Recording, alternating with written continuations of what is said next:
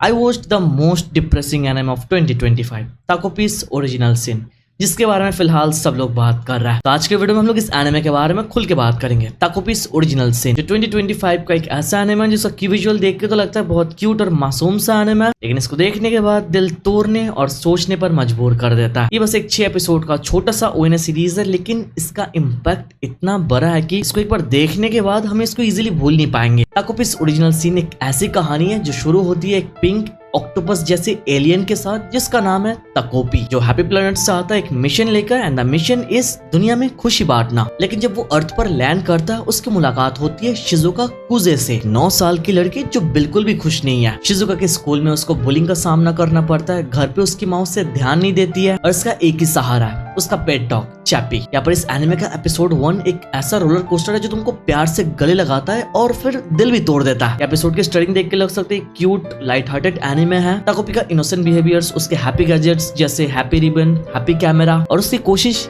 Shizuka को खुश करने की, ये पूरा सिनारियो बहुत प्यारा है। लेकिन जैसे एपिसोड आगे बढ़ता है हम लोग देखते हैं शिजुका की जिंदगी कितनी डार्क है। बुलिंग, नेग्लेक्ट और उसकी अकेलापन इतना ही ज्यादा डीप है कि वो आगे चल के एक शॉकिंग डिसीजन लेती है अपनी लाइफ खत्म करने का। ये सीन दिल को तोड़ देता है एकदम। फर्स्ट एपिसोड का रिबन वाला scenario was totally unexpected. I had no idea about it. यहाँ पर उसने रिबन से सुसाइड कर लिया। That was truly heart breaking. और जब शिजुका सुसाइड कर लेती है हम लोग देखते हैं ताको भी वहां पर जाता है। उसकी मासूमियत और उसका कंफ्यूजन, लाइक एक अलग ही रिएक्शन कि उसको पता नहीं चल रहा था यहाँ पर हुआ क्या। ये रिएक्शन इस सिनेरियो को और भी ज्यादा पेनफुल बना देता है। एक ऐसा मोमेंट है जो तुमको शॉक करता है, सोचने पर मजबूर करता है कि ये स्टोरी एक किस मोड़ पे जा रही है। एट फर्स्ट ये एनिमे देखने से पहले जब मैंने देखा इसके बारे में इतने सारे लोग बातचीत कर रहे हैं, कुछ ज्यादा ही पोस्ट के ऊपर पोस्ट कर रहे हैं, तो मुझे लगा कि भाई ये ओवररेटेड टाइप का एनिमे है। बिकॉज कुछ नया आता है तो उसके बारे में लोग ज्यादा ही तारीफ करता है, तो मैंने उसको इतना ज्यादा एक्सपेक्टेशन लेके देखा नहीं। आई वाज लाइक कि चलो इट्स जस्ट अनदर एनिमे, लोग जिसका अभी हाइप बना रहे हैं, बट ये एनिमे ट्राई करने के बाद यहाँ पर हिट किया ब्रो। शिजुका's लाइफ और उसकी story was too heavy to carry. इसके बाद एपिसोड 2 और 3 में इसकी स्टोरी और भी ज्यादा डीप और कॉम्प्लेक्स हो जाती है। आगे तकोपी समझता है कि उसके गैजेट से शायद शिजुका की लाइफ ठीक नहीं हुई और तकोपी आगे टाइम ट्रेवल का यूज करता है उसकी मदद के लिए। लेकिन तकोपी की ये कोशिश और केओस लाती है। एपिसोड 2 में हम लोग शिजुका की बुली मरीना के पर्सपेक्टिव को देखता है और ये रिवील दिल को एक झटका देता है कि मरीना भी अपने घर में अब्यूज का शिकार होती है। ट्रस्ट मी, ये शो के ब्रिलियंस का एक हिस्सा है। इसमें कोई भी कैरेक्टर सिर्फ गुड या बैड नहीं है, हर कोई अपने दुख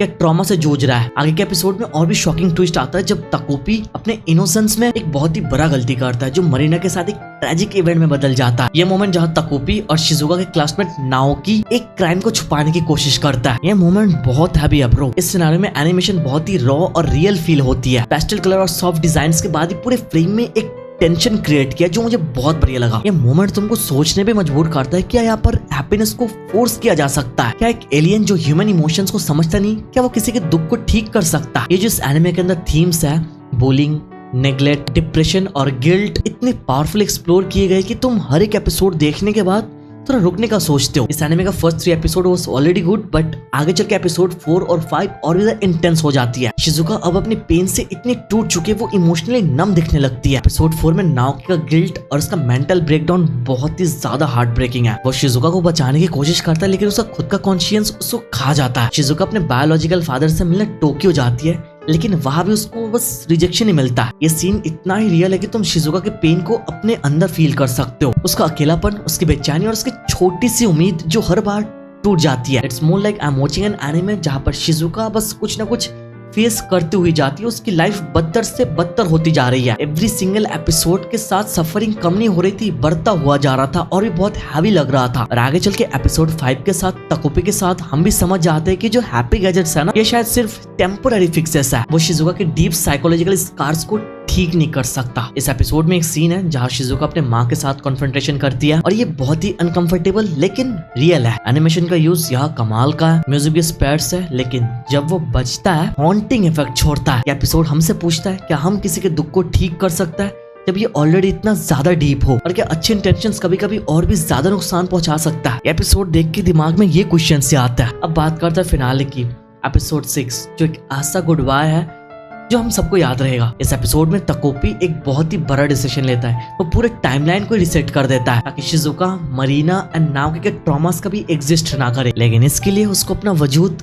खुद ही मिटाना पड़ता है। ये सेक्रीफाइस बहुत ही हार्ट ब्रेकिंग था। लाइक एक ऐसे कैरेक्टर को हम लोग देख रहे हैं जो इतना फन लविंग है, इतना क्यूट है, एंड लास्ट में जाके एक सेक्रीफाइस हिट तो अंदर करता है फॉर श्योर। शिजुका का फाइनल मोमेंट जहाँ वो आसमान की तरफ देखती है और एक फेंट सैडनेस के साथ स्माइल करती है, ये दिखाता है कि ताकोपी का इम्पैक्ट कहीं ना कहीं उसके दिल में स्टिल रह गया, भले ही वो उसे याद ना करे। ये फिनाले कोई ड्रामेटिक लाउड एंडिंग नहीं है, इसमें कोई ट्विस्ट या फिर रियूनियन नहीं है, बस एक शांत दिल से दिल तक की कहानी है जो लव, सैक्रिफाइस और हीलिंग के बारे में बात करती है। एनिमेशन इस पर्टिकुलर मोमेंट में बहुत ही बढ़िया था और इस मोमेंट में मिनिमल म्यूजिक एक ऐसा एटमॉस्फेयर बनाता है जो तुमको तुम्हारी इमोशन के साथ अकेले छोड़ देता है। एपिसोड हमको सोचने पर मजबूर कर देता है कि कभी कभी प्यार और खुशी का मतलब अपने आप को खोना भी हो सकता है। यहाँ पर ताकोपिस ओरिजिनल सीन एक ऐसा एनिमे है जो तुमको हंसाता है, रुलाता है और सोचने पर मजबूर भी कर देता है। आर्ट स्टाइल जो पेस्टल कलर और सॉफ्ट डिजाइन के साथ हमारे सामने आता है, एक ऐसा कंट्रास्ट बनाता है जो डार्क थीम को भी हमारे सामने और भी इम्पैक्टफुल बना देता है। वॉइस एक्टिंग खासकर कुरुमी मामिया जिसने ताकोपी की आवाज दिया एंड रेना उएदा जिसने शिजुका को आवाज दिया, इन दोनों ने यहाँ पर बहुत ही बढ़िया काम किया। और डायरेक्शन एंड राइटिंग शिनिया इनो के हाथों में, जिसको ऑलरेडी एक मास्टरपीस बना देता है। अगर हम लोग चाहे तो इस एनिमे के थीम को हम लोग इरेज्ड या फिर मेरे नबीस के साथ कंपेयर कर सकते हैं। अगर बात करें मेरे नबीस की तो दोनों एनिमे क्यूट आर्ट स्टाइल के साथ स्टार्ट होता है, लेकिन अंदर जाने के बाद हम लोग देखते हैं इट्स ऑल अबाउट डार्कनेस। मेरे नबीस मिरिको एंड रेक का जर्नी हम लोग को एक डेंजरस ब्यूटीफुल वर्ल्ड में लेकर जाता है जहाँ हर स्टेप पर फिजिकल और इमोशनल टॉर्चर है। तो ताकोपी का सिनारियो ऐसा ही है थोड़ा। ताकोपी का पिंक फ्लैफी लुक और शिजुका के पेस्टल कलर हमको स्टार्टिंग में बहुत ज्यादा अट्रैक्ट करती है, लेकिन आगे चल के सैड, हार्ट ब्रेकिंग, सुसाइडल चीजें हमको दिखाती है। अगर इसके थीम को कंपेयर करें इरेज्ड के साथ तो दोनों के अंदर टाइम ट्रैवल एक बड़ा एलिमेंट है। इरेज्ड में सातों अपने पास्ट में जाते हैं एक मर्डर मिस्ट्री को सॉल्व करने के लिए, और ताकोपी एनिमे के अंदर ताकोपी टाइम ट्रैवल करता है शिजुका को ठीक करने के लिए। And one of the thing I liked about this anime, ये एनिमे ज्यादा टाइम लेता नहीं तुमको हुकअप करने के लिए, और इस एनिमे के अंदर उतना ज्यादा एपिसोड भी नहीं है।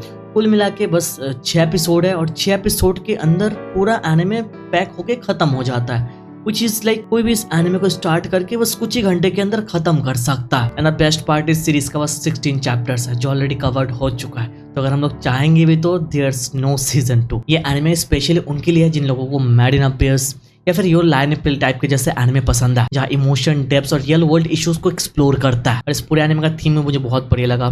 बुलिंग, सुसाइड, नेग्लेक्ट, डिप्रेशन जैसे थीम को बहुत ही अच्छे से कवर किया। It was a very good message. I guess it's safe to say कि ये 2025 का सबसे ज्यादा डिप्रेसिंग एनिमे है, बिकॉज अभी तक इस साल में मैंने ऐसा डिप्रेसिंग एनिमे देखा नहीं। बाकी rest is up to you, तुम लोग बता सकते हो तुम लोगों को एनिमे कैसा लगा एंड आउट ऑफ 5 तुम्हारा रेटिंग कितना है, कमेंट पे जरूर बताना। वीडियो तक देख रहे हो तो लाइक जरूर करना, चैनल पर ना हो तो सब्सक्राइब कर देना। Thank you so much watching this video, तो मिलता है नेक्स्ट वीडियो।